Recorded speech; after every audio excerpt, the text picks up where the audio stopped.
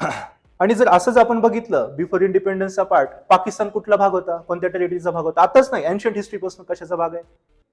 Yes, Bangladesh, Nepal, आहे का नाही, आपल्या टेरिटरीचा भाग होते.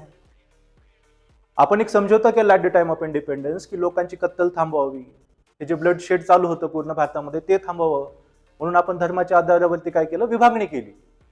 पाकिस्तान आणि बांगलादेशची निर्मिती केली. त्यावेळेस बांगलादेश नव्हता, त्यावेळेस तो काय होता, ईस्ट पाकिस्तान. आणि सगळी कुणाची आग लावलेली होती, तर ब्रिटिशांची होती. बंगालची फाळणी कशाच्या बेसिसवरती झाली होती? On the basis of religion. Hindu बहुल प्रांत वेस्ट बेंगॉल, मुस्लिम बहुल प्रांत ईस्ट बेंगॉल. तेव्हापासून रुजलं गेलं हे. स्वातंत्र्य येईपर्यंत खूप वाढल्या ह्या गोष्टींना, आपण बघितल्या त्या क्लिअर. मग टू नेशन थेरीचा सिद्धांत आला, आपण बनवला ईस्ट आणि वेस्ट पाकिस्तान.